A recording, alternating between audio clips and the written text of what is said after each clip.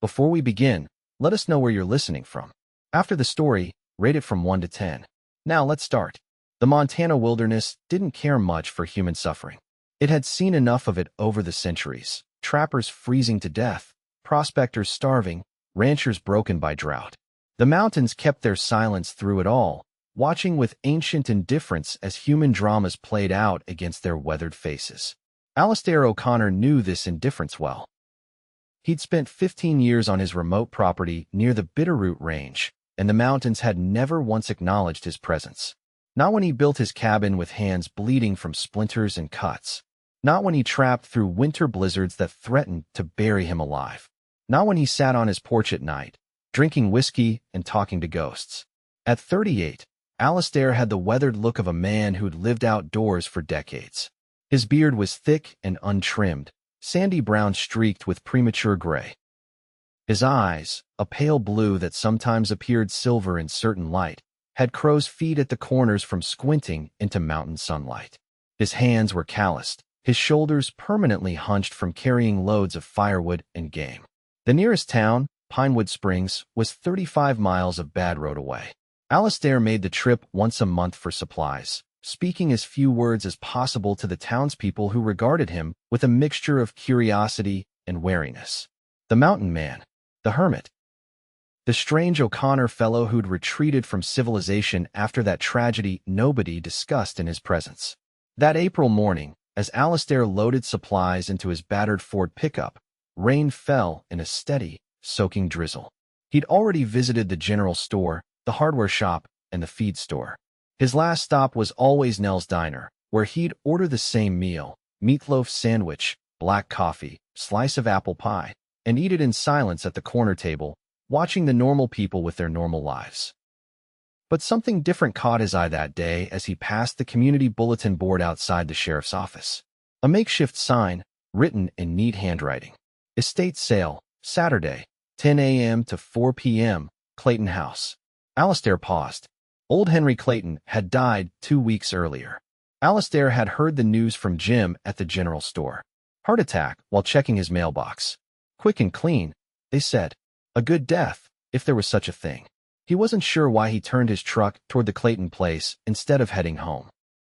Perhaps it was the prospect of picking up some tools or practical items at a good price. Perhaps it was simply the delay of returning to his empty cabin. The Clayton house sat on 3 acres at the edge of town, a white 2-story farmhouse with a wraparound porch and faded blue shutters. Cars lined the driveway and spilled onto the roadside. Alistair parked at a distance and pulled his worn baseball cap lower over his eyes.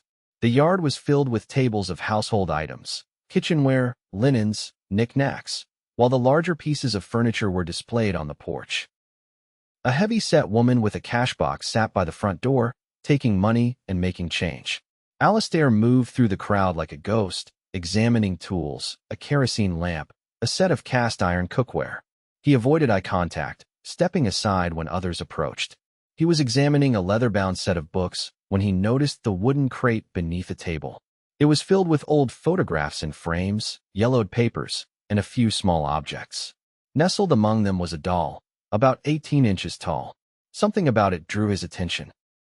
It wasn't a child's toy but a decorative piece, handcrafted with care. The doll had porcelain hands and face, with realistic features painted in delicate detail. Its dress was made of faded blue cotton, trimmed with tiny pearl buttons. The hair, actual human hair, he realized, was arranged in a simple style that might have been fashionable a century ago. That belonged to Henry's grandmother, a voice said. Alistair looked up to see a young woman watching him. She had dark hair pulled back in a ponytail and wore jeans and a Pinewood Springs library t-shirt. "I'm Patricia Clayton, Henry's great-niece," she continued when he didn't respond. "I'm handling the estate. That doll came over from Ireland with my great-great-grandmother in 1892. Alistair nodded, uncomfortable with the conversation but unable to walk away. He picked up the doll carefully, noting the weight of it, the craftsmanship evident in the tiny stitches of its clothing, the painted blue eyes that seemed to hold a spark of awareness. $2, Patricia said. Alistair looked up. "What? For the doll? $2. He frowned. "Seems like it should be worth more." "Being an heirloom and all." Patricia shrugged.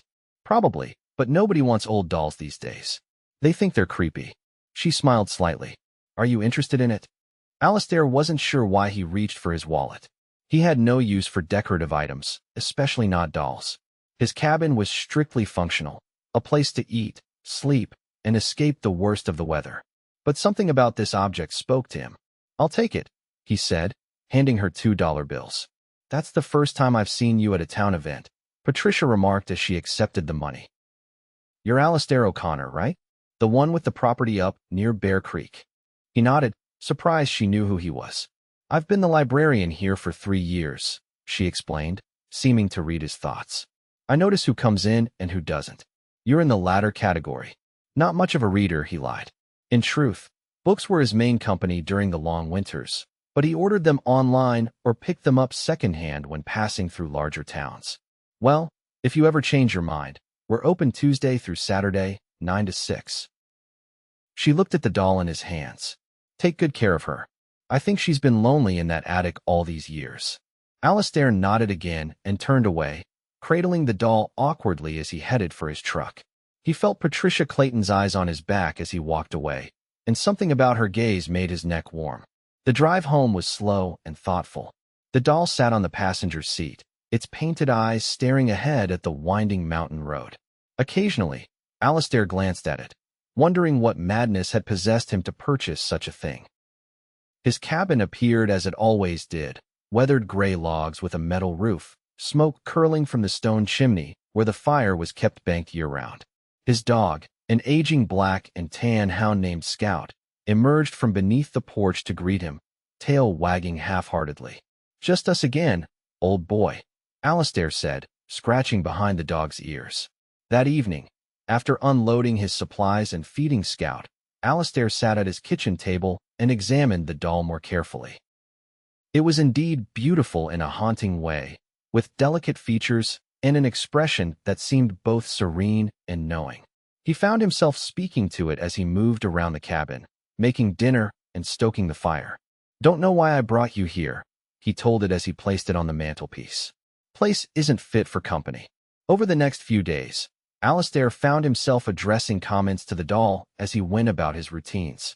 It was madness, he knew, but after years of near-total solitude, having something human-shaped to talk to felt oddly comforting. 2 weeks passed.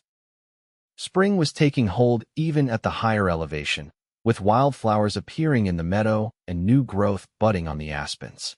Alistair was checking his property boundary when Scout began barking frantically from the direction of the cabin. He grabbed his rifle and hurried back, heart pounding. Visitors were rare and seldom welcome. Scout was circling a mud-spattered Subaru parked beside his truck, barking but wagging his tail in confused greeting.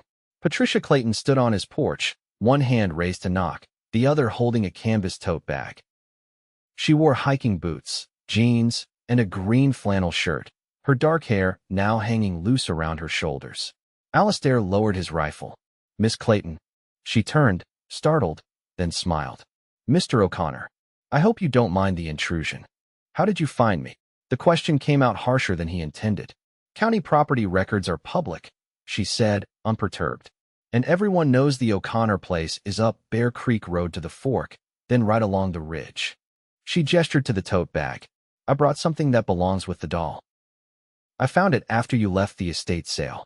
Alistair approached cautiously, whistling Scout to his side. Up close, he noticed Patricia Clayton's eyes were an unusual shade of amber, flecked with gold. Come in, he said abruptly, moving past her to open the door. The cabin was a single large room with a loft above. One corner held a kitchen area with a wood-burning cookstove. Another had a stone fireplace with 2 chairs before it. A rough-hewn table with 4 chairs stood in the center. The walls were lined with bookshelves, unexpectedly filled with hundreds of volumes. Patricia's eyes widened at the sight of the books. Not much of a reader? Alistair felt heat rise to his face. You caught me. She smiled and approached the mantelpiece where the doll sat. You gave her a place of honor. Seemed disrespectful to stuff her in a drawer. He shifted uncomfortably. Coffee, please. He busied himself at the stove while Patricia removed a small leather-bound book from her tote bag.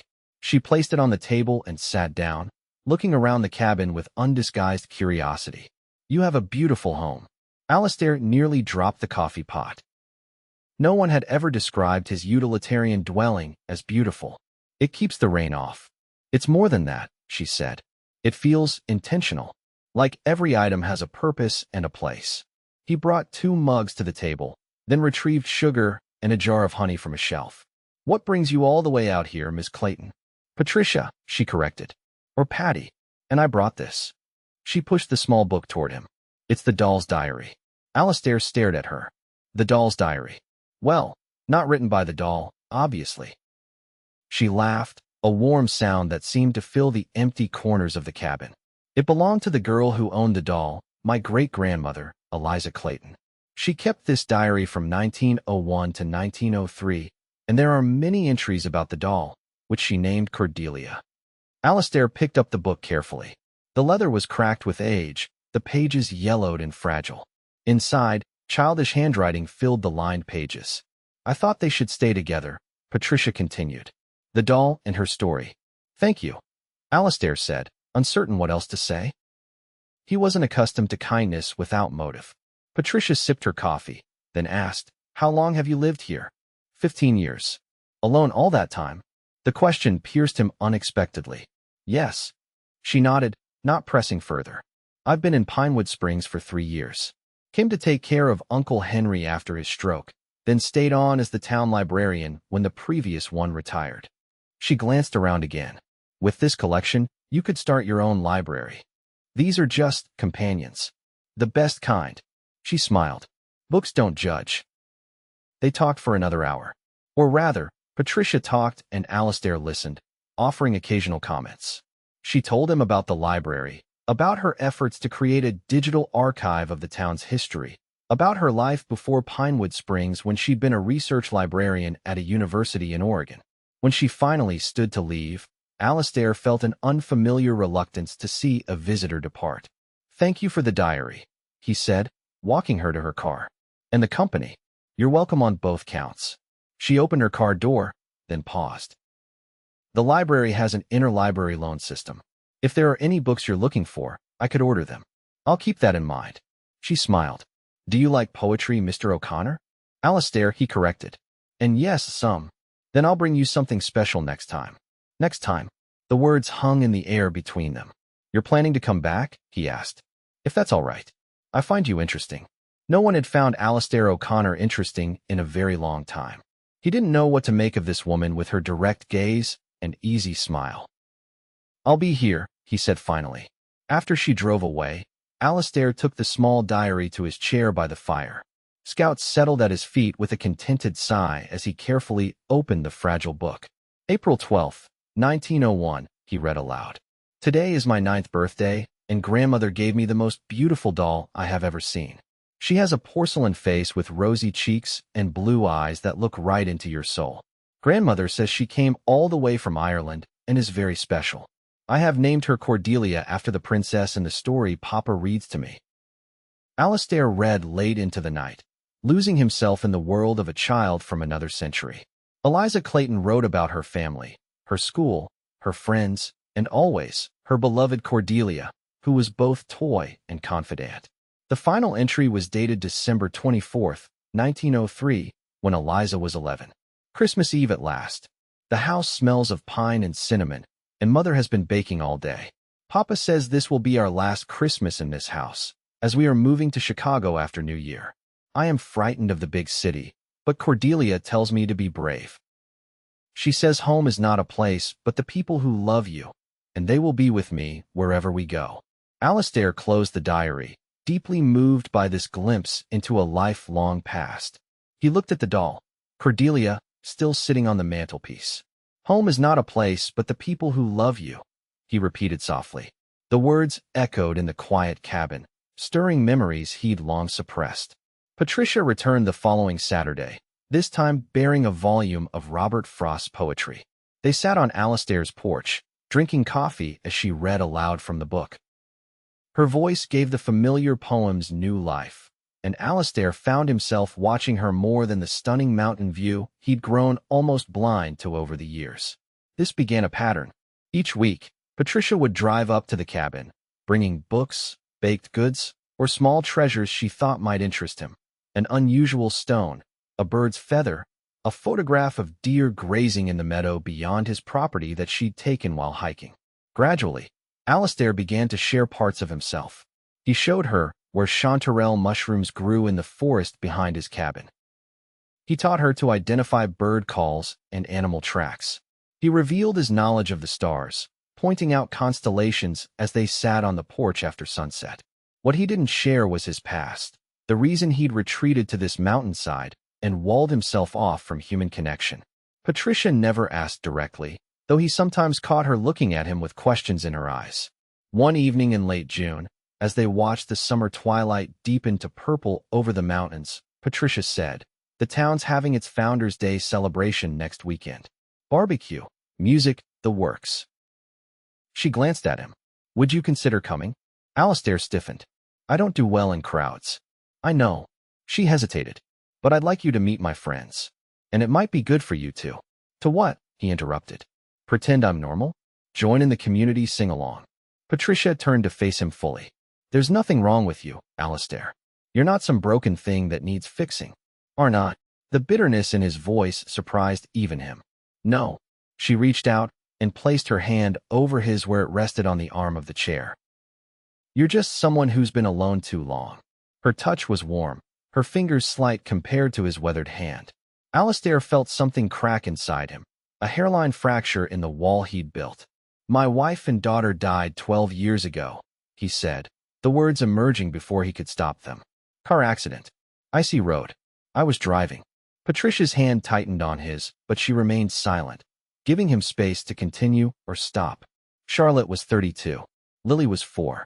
He swallowed hard. "We were coming back from visiting Charlotte's parents for Christmas. It was snowing. I should have waited until morning, but I wanted to get home." His voice trailed off. "It wasn't your fault," Patricia said softly. "That's what everyone said. The police. The doctors. Charlotte's parents. But they were wrong." He looked out at the darkening mountains. "I moved here 6 months later. Couldn't stand the sympathy, the casseroles, the way people looked at me like I might shatter. Bought this land because no one else wanted it. Built this cabin with my own hands." "To punish yourself?" Patricia said. It wasn't a question. Alistair didn't answer directly. "I have their pictures in a box under my bed. Haven't looked at them in years. Maybe it's time." He shook his head. "Why are you here, Patricia? What do you want from me?" She withdrew her hand slowly. "At first, I was just curious about the mountain man who bought a doll at my uncle's estate sale. Then I enjoyed your company. And now," she took a deep breath, "now I care about you. I think you deserve more than this half-life you've chosen. I haven't earned more. That's not how life works. Happiness isn't something you earn. It's something you allow yourself to feel." She stood. "I should go? It's getting dark." Alistair walked her to her car as always, but this time the silence between them felt heavy with unspoken words. As she opened her car door, he found himself saying, "I'll think about the Founders' Day thing."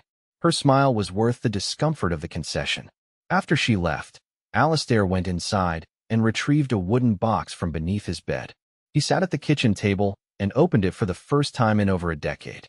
Charlotte smiled up at him from their wedding photo, dark-haired, green-eyed, radiant. Lily beamed from a preschool portrait, her blonde curls framing a face so like his own that it hurt to look at it. There were dozens of photos, each preserving a moment from the life he'd once had and lost. Alistair spread them across the table, tears streaming unchecked down his face. "I'm sorry," he whispered to the smiling faces. "I'm so sorry."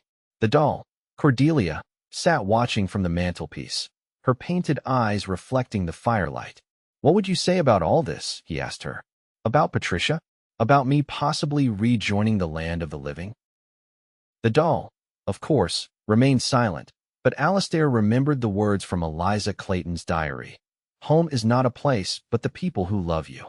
The Founders' Day celebration was held in the town square, with booths selling crafts and food, a bandstand where local musicians performed, and tables set up for communal dining. Alistair parked at the edge of town and sat in his truck for 20 minutes, gathering the courage to walk into the crowd. He'd made an effort with his appearance, trimming his beard, wearing a clean flannel shirt and his newest pair of jeans. He'd even polished his boots. Still, As he finally left the safety of his truck and walked toward the festivities, he felt exposed, vulnerable. Patricia found him hovering at the perimeter. She wore a summer dress patterned with wildflowers, and her hair was styled differently, falling in soft waves around her shoulders. She looked so lovely that Alistair momentarily forgot his discomfort. "You came," she said, taking his hand without hesitation. "I'm so glad." "I can't stay long," he warned. "However long you're comfortable." She squeezed his hand.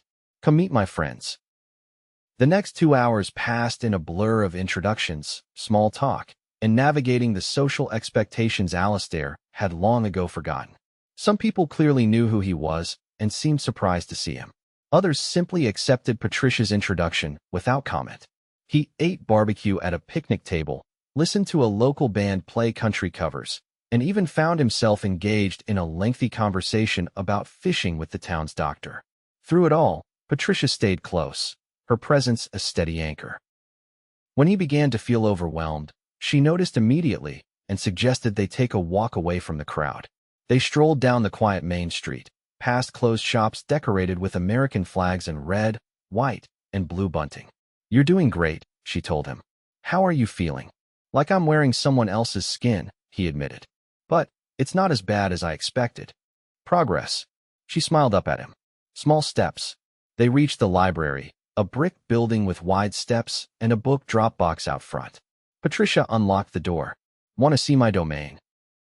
Inside, the library was cool and quiet, smelling of books and furniture polish. Patricia led him through the main reading room to her office in the back. "This is where the magic happens," she said, gesturing to a cluttered desk with a computer and stacks of papers. "I'm digitizing the town archives. Old newspapers, council minutes, church records, anything that tells the story of this place." "Sounds like a big job for one person." "It is, but I love it." She leaned against her desk. "Every town has its stories, its tragedies and triumphs. People come and go, but the community continues." Alistair nodded, understanding what she was really saying. "And I've been here, but not part of it. Until now." She stepped closer. "Alistair, The rest of her words were lost as he closed the distance between them and kissed her. It was an impulsive act, unlike anything he'd done in years, and for a moment he feared he'd made a terrible mistake. But then Patricia's arms went around his neck, and she was kissing him back with an intensity that left him breathless. When they finally separated, she looked up at him with eyes that seemed to hold every answer he'd ever sought. "I've been wanting to do that for weeks," she admitted. "I've been wanting to do that since you showed up at my cabin with that diary," he confessed. She laughed. "And I thought I was being so professional and librarian-like." "You were beautiful," he said simply. "You are beautiful." They returned to the celebration hand in hand. Alistair still felt out of place, but now there was a current of joy running beneath the discomfort. When it came time for the community dance, he surprised Patricia by leading her to the makeshift dance floor. "You dance?" she asked as he took her in his arms. "I used to," he said. "Let's see if I remember how." Under the string lights with the mountain sky darkening above, Alistair and Patricia swayed to a slow country ballad. For the first time in 12 years, he felt the possibility of a future different from the lonely existence he'd accepted as his due. Summer passed in a haze of long days and warm nights. Patricia spent most weekends at the cabin, gradually bringing small changes with her: curtains for the windows, wildflowers in jars, a quilt for the bed they now shared. Alistair began making regular trips to town, no longer avoiding eye contact with people he passed. He even started volunteering at the library, using his carpentry skills to build new shelves and repair old furniture. In August, Patricia convinced him to attend the county fair with her.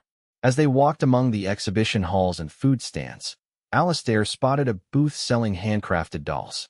One in particular caught his eye: a porcelain-faced figure in a dress made of blue fabric with tiny pearl buttons. "It reminds me of Cordelia," Patricia said, following his gaze. "That's what I was thinking." He approached the booth, examining the doll more closely. "Did you make this?" he asked the elderly woman tending the display. "I did," she confirmed. "All of them. Been making dolls for 50 years. It's beautiful work." The woman beamed. "You have an eye for quality, young man. Most people these days want the cheap plastic things." Alistair picked up the doll, feeling its weight, admiring the craftsmanship. Would you be willing to make a custom piece? Something similar, but with specific details. Alistair, Patricia questioned.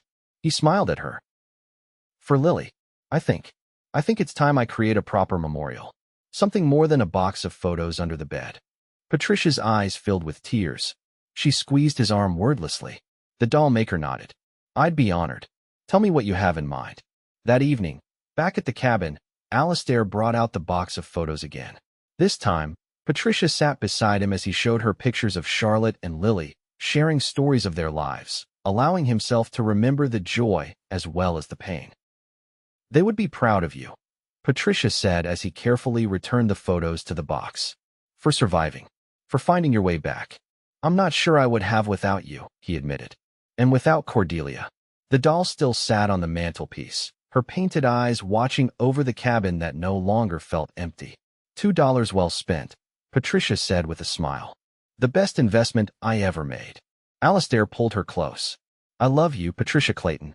I didn't think I'd ever say those words to anyone again. I love you too, Alistair O'Connor. She kissed him softly. Come with me. Where? He asked, puzzled. Into the future. Into a life where you forgive yourself. Where you allow yourself to be happy again. She took his hands in hers. I'm not asking you to forget them. I'm asking you to honor them by living fully. Alistair looked at the photos of his first family, then at the woman who had somehow found her way past all his defenses. I think I can do that. With you. In September, they placed a custom-made doll that looked remarkably like Lily on the mantelpiece beside Cordelia. Alistair had commissioned a small brass plaque for the base that read, Lily O'Connor, 1999 to 2003, forever loved. In October, during the first snowfall of the season, Alistair asked Patricia to marry him. They were sitting on the porch, wrapped in blankets, watching white flakes dust the pine trees. Are you sure? She asked, searching his face. I don't want to replace Charlotte. You couldn't, he said honestly. Just as I couldn't replace whoever you might have loved before me. But we can build something new together. She kissed him, snowflakes melting in her hair. Yes. 1,000 times yes. They were married the following spring in a small ceremony at the cabin.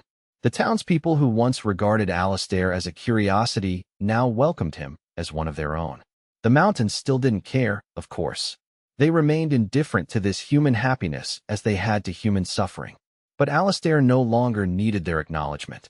On their wedding night, as Patricia slept beside him, Alistair carefully placed Eliza Clayton's diary on the mantelpiece between the two dolls. He touched each one gently. Cordelia, the unexpected catalyst, the Lily doll, his memorial and remembrance, and the diary that had brought Patricia back to his door. Thank you, he whispered to them all, and to the ghosts who had haunted him for so long, but now seemed at peace. Then he returned to bed, to the woman who had taught him that home was indeed not a place, but the people who love you. And for the first time in 15 years, Alistair O'Connor was home.